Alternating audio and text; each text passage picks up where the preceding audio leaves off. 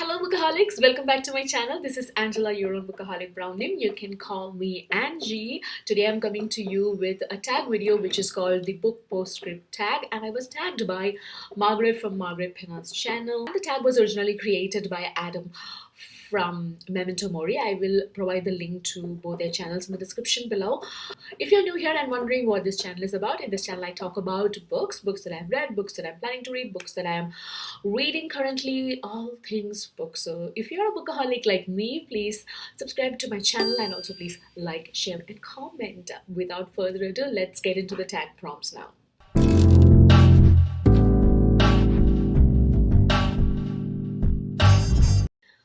First question in the tag is the longest book you read this year and the book that took you the longest to finish. Okay, so the longest book that I read, I want to say A Little Life by Hanya Yanagihara, but Goodreads disagrees with me because Goodreads tells me it is The Eye of the World, which is book one of the Wheel of Time series, which is around 814 pages long. So that's the answer for part A of question number one, and part B was the book that took you the longest to finish. I think it is The Dead House Gates, which is book two of the Malazan Book of the Fallen series. I love Malazan. I love the series. I love Steven Erikson. In fact, he is one of my favorite authors. So, why did I take so long to finish? It's not because I didn't like it, but I was in the middle of audits because I work in audits and compliance, and I didn't have much time to read book at that point in time. At the same time, I think after book number one, Gardens of the Moon, Dead House Gates felt a little bit slow, but I'm glad it picked up later on, the second half of the book, and also the memories of I thought book number three is also fabulous. So yeah, that's my answer, Dead House Gates. Question number two, a book you read this year that was outside of your comfort zone. I generally do not read horror books, but I was part of this book Discord a lot during June, July, August, that time, and Stephen King's Billy Summers was supposed to release, and everybody was so hyped about it, and I somehow got dragged into the hype wagon, and I bought it the day it was released, and I didn't like it. First of all, unpopular opinion, I don't like Stephen King's horror books. I never enjoyed it. I tried reading Carrie. I don't know. I didn't like it at all, guys. So maybe it's because horror in general is not my genre, nothing to do with Stephen King. Almost dropped my phone. Um, and yeah, but I loved his Dark Tower series. So yeah, maybe it's to do with the genre. I tried Billy Summers and I disliked it. So that's my answer to question number two. Question number three, how many books did you reread? None. Because I don't generally reread books unless it's like Sherlock Holmes or Agatha Christie, because I grew up reading those books. I'm used to rereading them. For example, The Hound of Baskervilles, I have read like a million times, I think. So I love Sherlock Holmes. So I think that's the only book that I have reread, incessantly throughout my childhood, throughout my young teens. Yeah, apart from that, I don't think I have reread any books. I mean, like there was another question in one of the tags that I did recently where the question was whether I reread or not, and I answered no, because I feel that there are so many books that needs to be read, and I don't have just enough time. And I'm a slow reader, guys. I take a long time to read, so I need to maximize and optimize my reading time. So that's what I do. I don't reread. Question number four is related to the previous question, favorite reread of this year. So I did not reread any books in 2021. So nada. Question number five, a book you read for the first time that you look forward to rereading in the future. Um, like I said, I don't reread, but if I do have time to reread, or if I feel like rereading, I think it will be Six of Crows duology. I really loved that book. It is such a fun, light read. Um, it was a joyride. I absolutely loved it. So that would be one. And I will definitely, for sure, at some point in my life, will reread my last book of the series once I finished the entire series once. I will definitely go back and reread it. Why is that word so difficult to pronounce? Reread. And also another book that I read in 2021, which I want to reread, is the Books of Babel series. There are 4 books in the series, and I absolutely loved it. The reason why I want to go back and read it is because while I was reading, generally when I'm reading fiction, I do not do any highlights or markings or underlining. But once I finished the Books of Babel series, I realized that there are so many quotes in these books that I want to underline, I want to preserve, I want to highlight. So I will definitely go back and reread this book. So it was such a delight reading it. I mean, what a wonderful debut by Bancroft. Question number 6: favorite single short story or novella that you read this year? I read one novella. I think I read many, but the one which I really liked is The Emperor's Soul by Brandon Sanderson. Actually, that was my first venture into Sanderson before I tried his full fledged novel, which is the first book of the Miss Bond trilogy.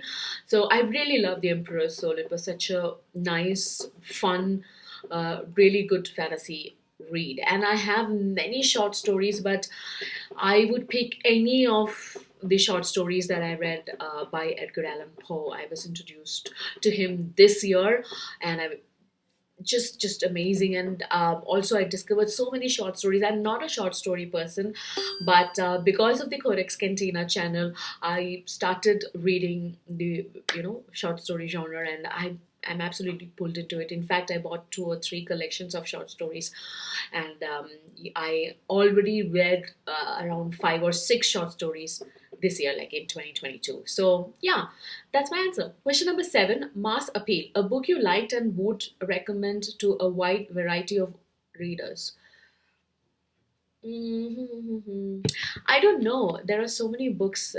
Like if it is mystery thrillers, I would recommend mystery thrillers to anybody, because they are generally easy read and they keep you on the edge. They are Most of them are fast paced, a lot of mysteries and twists and turns. So I would recommend mystery thrillers to anybody, even if you don't like reading fiction. Once in a while, it's okay to indulge in a little bit of mystery.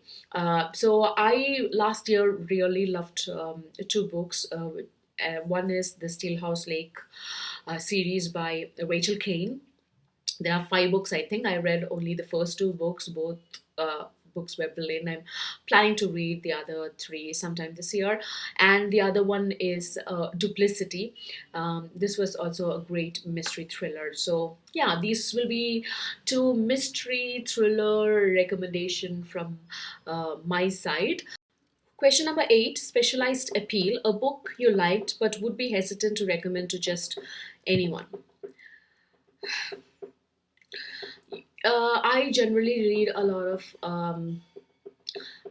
mystery thrillers, psychological thrillers, police procedurals, investigative novels, etc. I read a book called The Untouchable by Siebel Hodge. I hope that's how his name is pronounced. This story starts with the suicide of a guy called Jamie. His wife Maya, she is devastated. She had no clue that he was depressed. He was kind of depressed, but she didn't know that he go to this extreme and kill himself. And then while going through his things, she discovers some dark secrets from his past, and the story starts from there, and it's kind of a rabbit hole, like the kind of things that she discovers. So this story or this novel has so many trigger warnings, like for child abuse, sexual abuse of children, pedophilia, physical abuse, torture, violence against children. It was so disturbing, just so disturbing. And halfway through the book, I went back to check, Goodread reviews, etc. And then I saw that this was based on real events that occurred during a UK police investigation, and that really, disturbed me. I was so depressed that these things could happen to real people, children. boys who have not even reached, young teenage years. It was so depressing, so disturbing for me. So this is a book which I really liked. It was well written. It brings into light these disturbing part of our part of our society. But at the same time, I wouldn't recommend to people who get triggered or depressed or upset by reading these things. So yeah, that would be my answer to question number 8, Untouchable by Sibyl Hodge. Oh, that was a very serious and depressing question. Or answer, not question, sorry. The answer was kind of depressing. Sorry for killing the mood. Question number 9. This is my favorite question among all, which is reflect on your year as a bookish content creator, goals met, good and bad memories, favorite videos you made, etc. So last year was. So if you so if you're wondering what's happening here, this is Penny. Penny, hi. Hi. That's Penny. Last year was an amazing year for me in terms of reading as a book reader and also as a booktuber. I discovered so many amazing fellow book readers, booktubers, and amazing books that I would have never have heard of or come across if not for Booktube. So I'm really, really thankful for this community. This was such an interesting and great journey. I'm glad that I started this channel, and because of which I'm able to connect to book readers all over the world and discover all kinds of books. Because of Booktube, I ended up reading a lot more than I usually do. I gave audiobooks a chance because of the persuasion by many popular booktubers who've been selling audiobooks. So I discovered this whole new world of audiobooks. Overall, Booktube was a great, amazing ride. The best memories are definitely my collaborations and the interactions. So the collabs that I did one with Andrew, Nico, and Grace, where we discussed Wheel of Time, The Eye of the World, book number 1. That was an interesting collab. I really loved that discussion. Then I did a couple of discussions with Kiran from Noob Readers, where we discussed the Wheel of Time TV show. And then, of course, I did a collab with Brandon from Brandon's Bookshelf, where we buddy read The Kindness of Strangers, and we did 3 collab videos. And I'm looking forward to many more to come this year. Hopefully people are willing to do collabs with me. I'm hoping. So those were the good memories. And bad memories were, of course, those days where I was very intimidated and disheartened by numbers. So I'm like, okay, I uploaded a video with so much, after so much research and with so much enthusiasm, and nobody's watching it, and my numbers are not going up, and my subscriber number is just stuck, and I was kind of disheartened. And then I realized that if it has to happen, it will happen. I have to just do my best. So I do not want to go into that state of mind this year. I want to stay positive. I want to cherish and dwell in the good memories, like all the amazing interaction that I'm having in the booktube community, and that's what I want to focus on this year. Those were the good and bad memories. Favorite videos you made? There are so many, like I said, collabs that I did. My favorite video, if I have to pick, is the one which I did with my husband, which is the blindfold challenge, where I was blindfolded and my husband picked some books from my bookshelf, and I had to guess what they were with the clues he provided about the cover. So that was a really fun video that I did. I want to do more fun videos like that because I really enjoyed the process, and I hope you guys also enjoyed it. So yeah, that is my answer to question number 9. Question number 10. Tag some fellow bookish content creators. So the first channel I want to tag is the Codex Cantina channel. They actually do a lot of short story reviews, and there is a question regarding short story and a lot of interesting questions that I think they might be interested in answering. So yes, my first tag would be the Codex Cantina, and next I would like to tag Anita from Anita uh, Gade channel.